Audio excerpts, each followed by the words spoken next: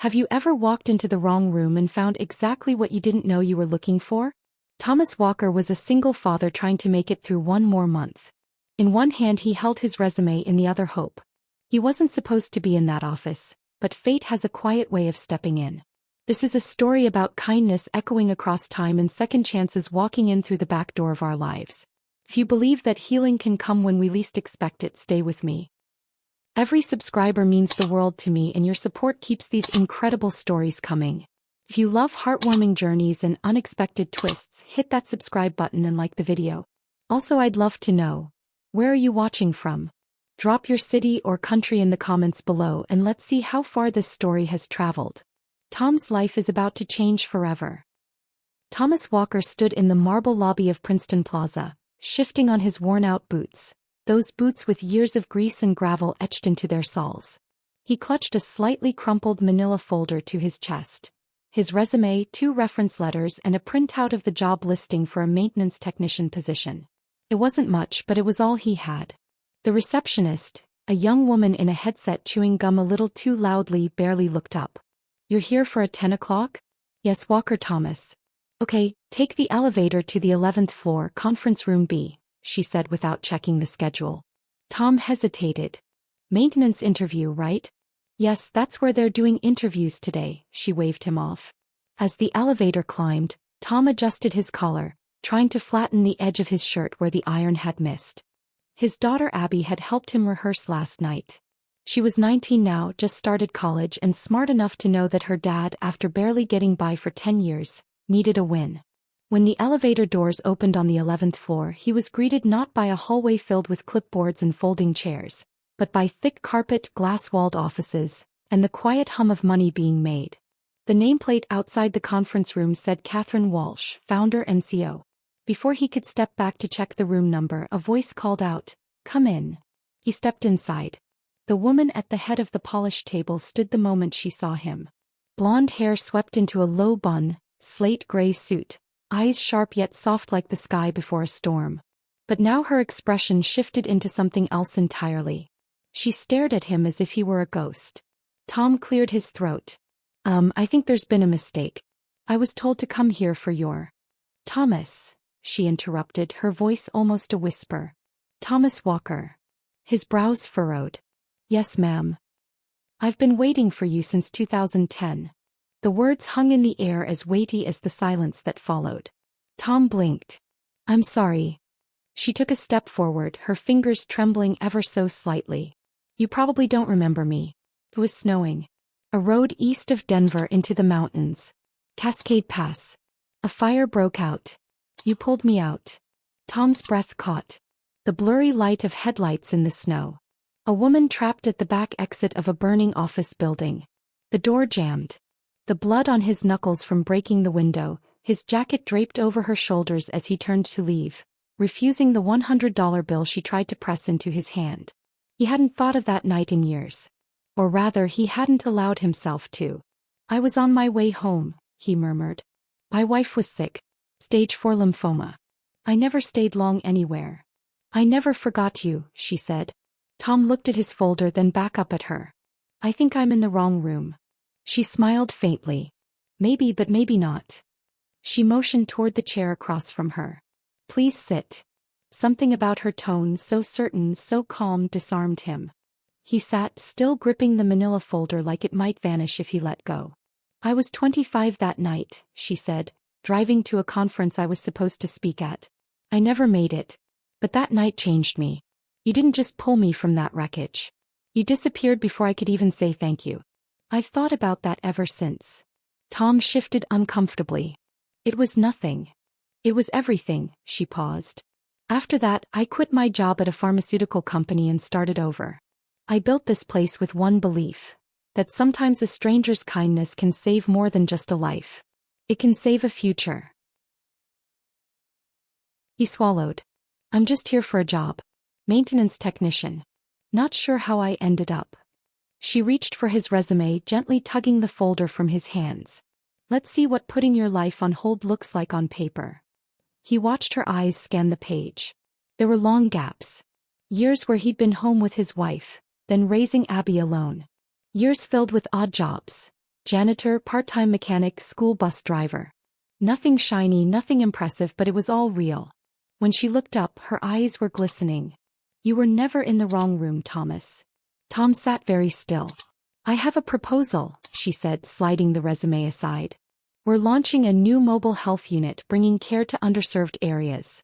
We need someone who understands how things work, who can fix anything, who doesn't mind long hours and unpredictable terrain. Why me? He asked, cautious. Because I've built an empire on the belief that people like you, quiet, steady, selfless, are the real miracle. You saved me once. Maybe now I can return the favor. The clock on the wall ticked audibly. Tom's hands, calloused and rough, rested on the table's polished surface. I'd need time to think, he said finally. Of course, she stood. But I meant what I said. I've been waiting since 2010, not just to thank you, but to find out what happens when two paths that should have never crossed finally do again. As he left the room, resume still lying on her table, Tom felt something he hadn't felt in a long time. Hope. And maybe, just maybe, the beginning of a second chapter. Tom Walker, as he stepped out of the Princeton Plaza building, felt the autumn air bite into his neck. He didn't zip up his coat. He hardly noticed the wind at all. He walked 3 blocks without direction, past a cafe that once sold the cheapest cup of black coffee in town until rent hikes wiped even that comfort away. His boots scraped against the sidewalk, and with every step, a part of him tried to make sense of what had just happened. He hadn't been in the wrong room. Not really. Somehow he'd stepped into a moment that had been building for 15 years. He sat down on a bench just outside the transit station. His palms still felt the smoothness of the table in Catherine Walsh's conference room. Her voice echoed in his mind, "You pulled me out. I've thought about that ever since." Tom leaned forward, elbows on his knees, fingers knitted tight. The memory was clear now, so sharp it stung. It had been Christmas Eve 2010. Abby was 4. His wife Grace was in the hospital, her immune system too weak for chemo, her face drawn but still smiling whenever he came through the door. He had been driving back from a last-minute job fixing a busted generator at a rest stop up north. Snow had started falling hard, and there it was. A fire in an office building in Denver's Eastern Business District. A woman was trapped at the back exit, smoke choking her. He hadn't thought. He'd just stopped and gone in, pulling her away from the fire and smoke. She was conscious, shaken, bleeding from a small cut on her forehead. "Please don't leave," she'd whispered. He remembered the panic in her eyes, her hands trembling as she reached out. He'd taken off his coat and wrapped it around her shoulders, told her the fire department was coming, and then, without giving her his name, he'd vanished into the storm. Back then it hadn't felt heroic. It felt necessary. Now he looked down at his weathered hands. These were the hands that had built cribs, carried grocery bags 2 at a time, held back tears at a hospice bedside. The hands that had fixed hundreds of broken things, though never truly his own life. Yet Catherine had remembered not just the moment but the man. It was surreal. People didn't remember kindness like that. Not for 15 years. Not enough to build a company around it. He rubbed his chin and laughed quietly. What just happened? When Tom got home, the sun was dipping behind the hills. His apartment was a modest second-floor unit above a laundromat, where he lived in exchange for working as the complex's caretaker and maintenance man. The rent was low, but the plumbing sang every time someone used the sink downstairs. He stepped inside, shrugged off his coat, and was immediately greeted by the smell of mac and cheese and a voice from the kitchen. "Dad, you're early." Abby poked her head out, her curly brown hair tied up in a messy bun. She was still in her sweatshirt from the university. He grinned. "How'd it go?" Tom hesitated, then smiled. "It was unexpected." "Oh. Did you walk into a janitor closet again?" "No. This time I walked into the CEO's office." Her eyes widened. "Wait, what?" Tom told her everything. Well, most of it. He left out the way Catherine had looked at him, the way her voice cracked when she said she'd been waiting since 2010. That part felt too big to explain. "She offered me a different job," he said finally. "Some kind of mobile health unit gig. I think I'd be fixing equipment on the road. She said she started the company because of something that happened when we met. I didn't even know who she was." Abby leaned back, stunned. "Dad, this sounds like something out of a movie." He chuckled. Yeah, the kind where the old guy gets a second chance. Not old, she corrected. Experienced. He shook his head. I haven't said yes. Why not? Tom stared at the wall for a moment. The chipped paint, Jennifer's photo still sitting on the side table next to Abby's high school graduation frame. Because I don't know if I'm the guy she thinks I am. Abby softened. She reached out and touched his arm. You're more than she thinks you are. They ate in comfortable silence for a while, broken only by the sound of the neighbor's television through the floorboards. After dinner, Abby stood and started clearing plates. You should call her tomorrow, she said, even if it's just to say thank you. Tom nodded, his gaze distant. Yeah, I think I will. That night, after Abby went to bed, Tom pulled out a box from the back of his closet. Inside was a collection of letters, some written to Jennifer in her last months, others written to no one. Among them, folded and fragile, was a piece of lined paper yellowed at the edges. To the woman I pulled from the fire. He hadn't known her name then. He'd written it on Christmas Day 2010, sitting in a hospital waiting room, watching over Jennifer's sleeping form. He never mailed it. He didn't know where to send it. Now he unfolded it, rereading words written by a man who still believed the world might offer something back. By the final line, he realized something. This letter wasn't an echo from the past anymore. It was a bridge. Tomorrow he would call her, and maybe for once he wouldn't walk away before someone had a chance to say, stay. Tom stood outside Catherine Walsh's office once again, his heart ticking faster than the old wall clock beside the receptionist's desk. He'd called that morning. She'd picked up on the second ring and simply said, come by at noon. I'll be waiting. Now it was noon and she was. The receptionist nodded him through. And this time there was no confusion, no mix-up, no wrong room, just a second chance standing behind a glass door with his name already on her calendar. When he stepped in, Catherine looked up from a sleek laptop and smiled, genuine, not polite. It was a small thing. But after years of transactional smiles from strangers, it caught him off guard. Thomas. She stood, gesturing to the same seat as yesterday. I didn't think you'd come. He offered a shy smile and sat. I almost didn't. Then I found something last night. A letter I wrote back in 2010 to you. Her eyes flickered with something unspoken. You wrote me a letter? Never sent it. I didn't know who you were. Didn't even know your name. Just needed to get the words out.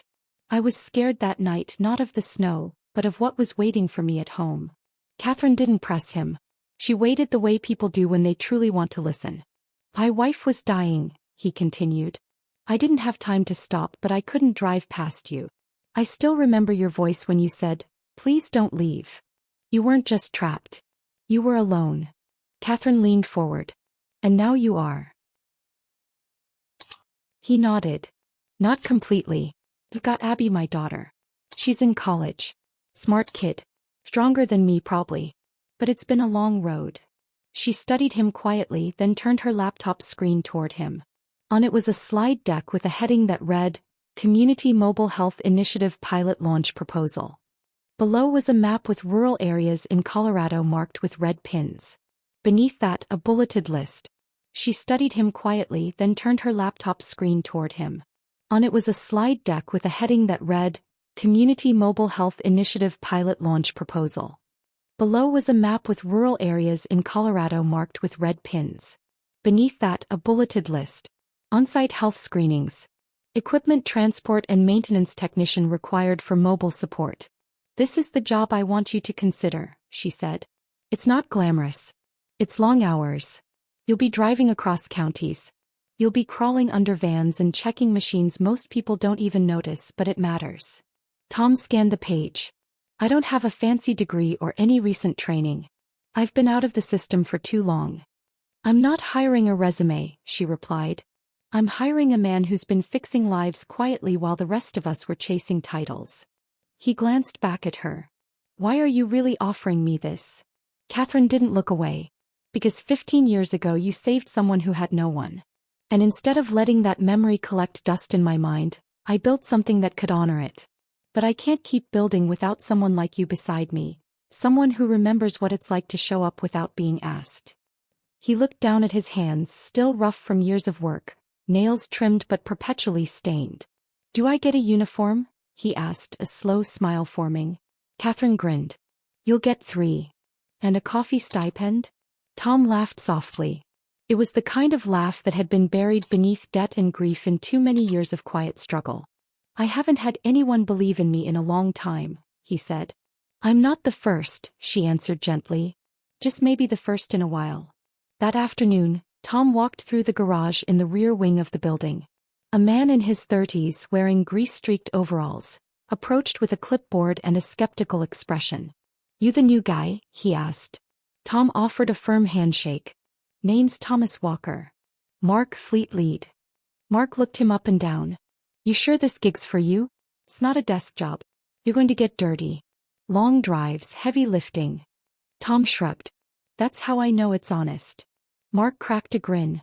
All right then. Let me show you the rig. He led Tom to a tall, gleaming van parked at the bay's edge. It looked more like a mini clinic than a delivery vehicle. Logos on the side read, CarePath Solutions. Every piece of this needs regular maintenance, Mark explained. Power inverters, refrigeration for vaccines, water sanitizers, diagnostic kiosks. This thing's more temperamental than my ex-wife's cat. Tom smiled as he stepped inside, running his fingers along the paneling, noting the wiring, the mounts, the portable generator tucked into the rear compartment. This is good work, he said almost to himself. Real work. When Tom returned to the main office to fill out onboarding paperwork, the sun was low. He was leaving the building when he noticed Catherine standing alone at the window, looking down at the street. He hesitated, then tapped gently on the glass. She turned. How was the van? Like a spaceship with a stethoscope. She chuckled. Are you ready for this? Tom thought about it. About Abby's hopeful face. About Grace's laugh. About the years of patching both tires and soles, his own and others. I think I finally am. Catherine stepped closer. The glass door between them opened with a soft click.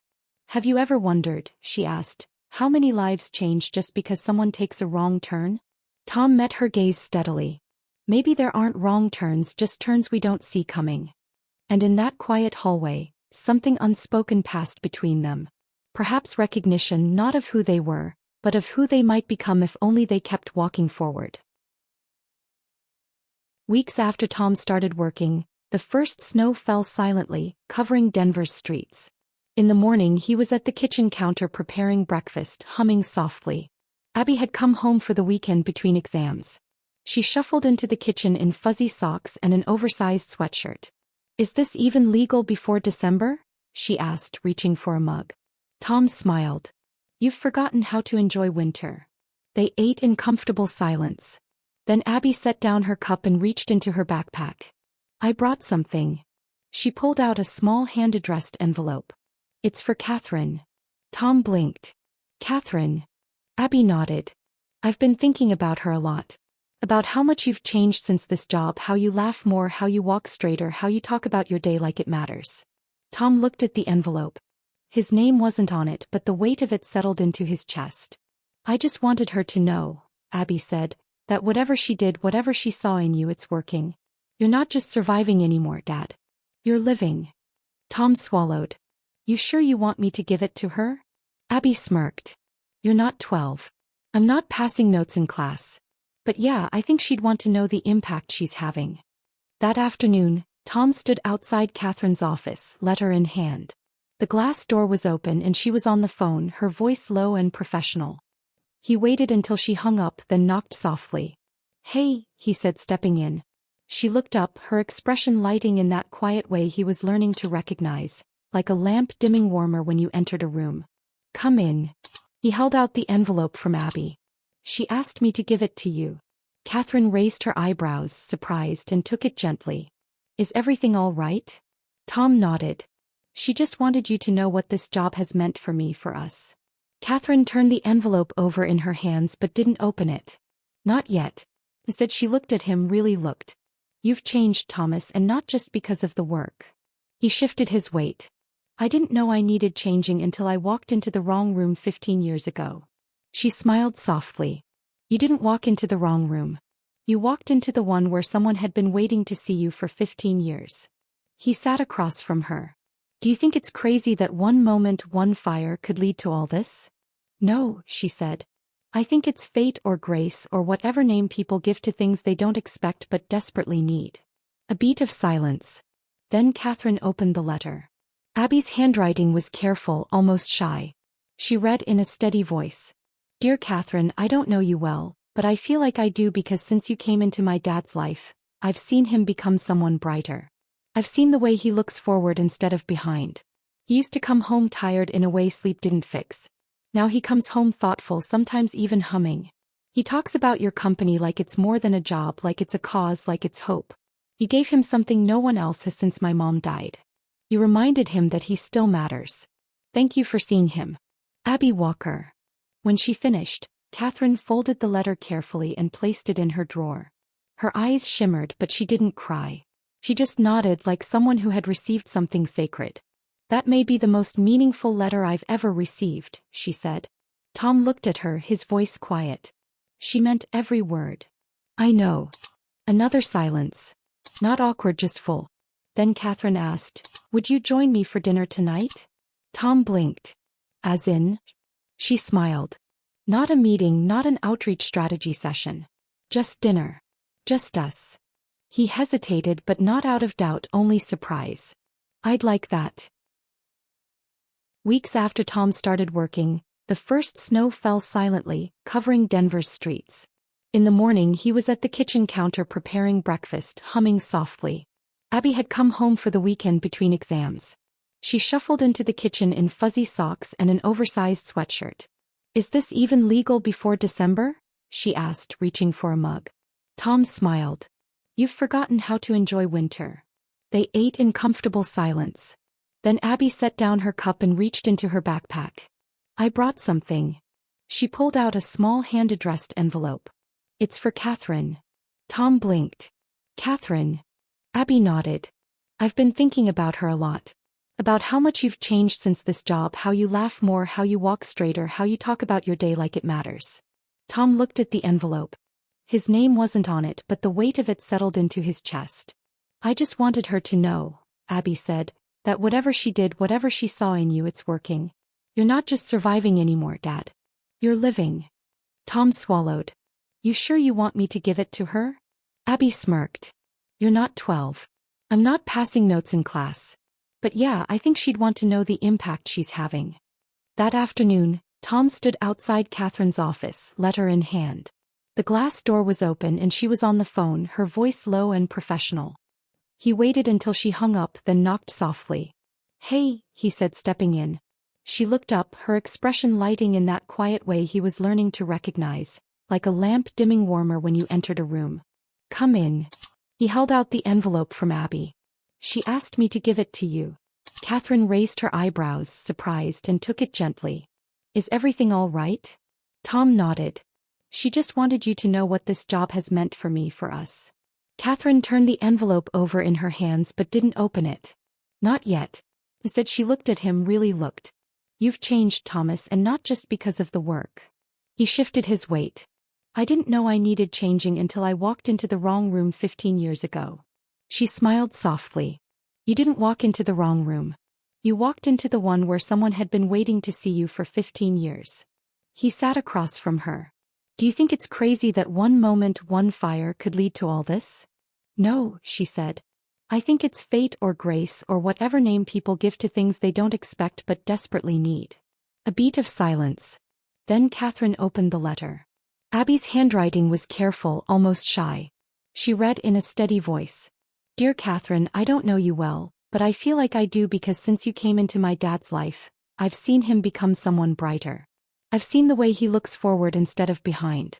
He used to come home tired in a way sleep didn't fix. Now he comes home thoughtful, sometimes even humming. He talks about your company like it's more than a job, like it's a cause, like it's hope. You gave him something no one else has since my mom died. You reminded him that he still matters. Thank you for seeing him. Abby Walker. When she finished, Catherine folded the letter carefully and placed it in her drawer. Her eyes shimmered, but she didn't cry. She just nodded like someone who had received something sacred. That may be the most meaningful letter I've ever received, she said. Tom looked at her, his voice quiet. She meant every word. I know. Another silence. Not awkward, just full. Then Catherine asked, "Would you join me for dinner tonight?" Tom blinked. As in? She smiled. Not a meeting, not an outreach strategy session. Just dinner. Just us. He hesitated, but not out of doubt, only surprise. I'd like that. In Catherine's conference room, she rolled out a large architectural rendering across the table. Are we building something new? Tom asked. A second mobile hub, a network of clinics spreading across the state. A station equipped with long-term storage and training rooms for volunteers. We've been getting more federal grant interest and the timing feels right. You're not thinking small. I stopped thinking small the night of that fire, Catherine said. The people most in need don't live where buses run. Who's heading this project? Asked Tom. Catherine's eyes were determined. You. Tom stepped back in surprise. I'm not a project manager. You understand what things people trust. That's more valuable than any degree on my wall. Do you really believe I can do this? I don't just believe it, I need you to. The next day, Tom stood before the staff, clipboard in hand, rolled plans under one arm. We're not building something shiny to show off, he said plainly. We're building something strong enough to keep promises. And I'll need every one of you to help me do it. People nodded. Some even smiled. Respect, he realized, wasn't asked for. It was earned and returned. The work began almost immediately. Late nights at the planning table, mornings spent on calls with city contractors. Catherine handled the politics and grant negotiations. Tom handled the logistics and the people. One night, as they left the building beneath a clear winter sky, Catherine glanced over. Did I tell you Abby emailed me? Tom turned surprised. No, you didn't. She thanked me again, said she's transferring majors to public health administration. Said she wants to be part of something that heals the world the way this place healed her father. Weeks later, the first wall went up on the new site. Tom stood in a safety vest watching workers pour concrete. Catherine arrived with 2 coffees. They stood shoulder to shoulder watching the frame take shape. What are you thinking? She asked. Tom smiled. I'm thinking maybe this isn't just a building, he said. It's a home for what's coming next. The ribbon fluttered in the cold morning breeze, stretched taut across 2 white pillars at the entrance of CarePath Solutions' new community health hub. A small crowd gathered, staff, city officials, volunteers, neighbors bundled in coats and scarves. Tom stood off to the side just beyond the podium, adjusting his collar for the 3rd time in 5 minutes. He wasn't used to spotlights or speeches or being introduced with titles like Field Operations Director. He missed the simplicity of socket wrenches and circuit diagrams. But when he looked over and saw Catherine smiling at him, elegant in her dark wool coat, her hand lightly resting on the folder of her speech, his nerves settled. He still didn't like the spotlight, but he wasn't standing in it alone. Catherine stepped to the microphone. Her voice, warm and clear, carried through the crisp morning. 10 years ago, I stood by the side of a road thinking no one was coming. But someone did, and they didn't just pull me from a fire. They reminded me that kindness is the most powerful kind of rescue. She paused, eyes soft as they flicked toward Tom. I built CarePath Solutions to honor that moment. But in doing so, I found people who continue to teach me what healing really means, not just in medicine, but in how we choose to show up for one another. She gestured toward the new building behind her. The bright blue CarePath emblem shimmered on the wall above the glass doors. This space isn't just walls and equipment. It's a promise to serve, to connect, to reach the people who've gone too long without being seen. And one man in particular helped make it possible. Thomas Walker is proof that loss doesn't end a story. It deepens it. That showing up quietly and consistently can build something extraordinary. Applause filled the air and Catherine nodded toward him. Thomas, would you do the honors? He approached the ribbon slowly, scissors in hand, his throat tight. The crowd leaned in, expecting some words. So he spoke. When I first came to CarePath Solutions, I was just looking for a job. What I found was a reason to believe again. In work, in people, in what comes after the worst part of your life. He looked out over the group. Strangers, friends, coworkers who had become something closer to family. This building may have been drawn on blueprints, but it was built with faith. Faith that second chances exist, that no matter how far you've fallen, there's always a hand reaching back. He cut the ribbon, the doors opened, and the future began. Inside, the space gleamed, natural wood, warm lights, rooms named after donors and patients.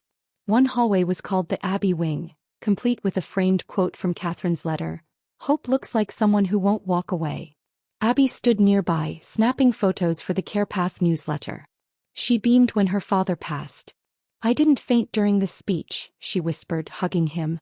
Tom smiled, leaned close. That afternoon, after the crowd thinned and the cleanup crews packed away the chairs, Tom found himself alone in the main lobby. He walked to the far wall where Catherine had requested a special frame be mounted. Inside it, preserved behind glass, was a folded sheet of paper. The letter, the one he'd written after the fire. A small plaque below it read, "The lost resume. A life changed by a moment of kindness." He stared at it for a long while, not because he didn't remember what it said, he did, every word, but because now it no longer felt like a memory. It felt like a beginning. That evening, they sat on the rooftop terrace, the skyline bathed in the deep blue of dusk, city lights twinkling below like stars. Catherine poured them each a small glass of wine. "To what we built," she said. Tom clinked his glass to hers. "To what we're still building." A soft wind passed.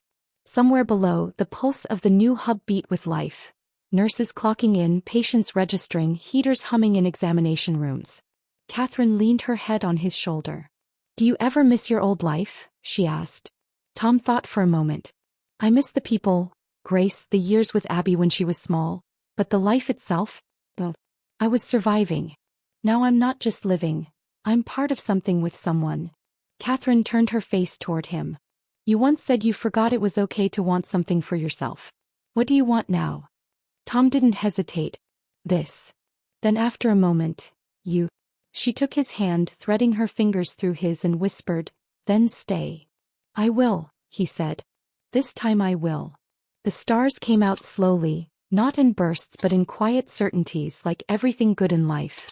And beneath them, two people who had once been strangers in a storm now sat wrapped in something stronger than weather, stronger than fate. They sat wrapped in choice.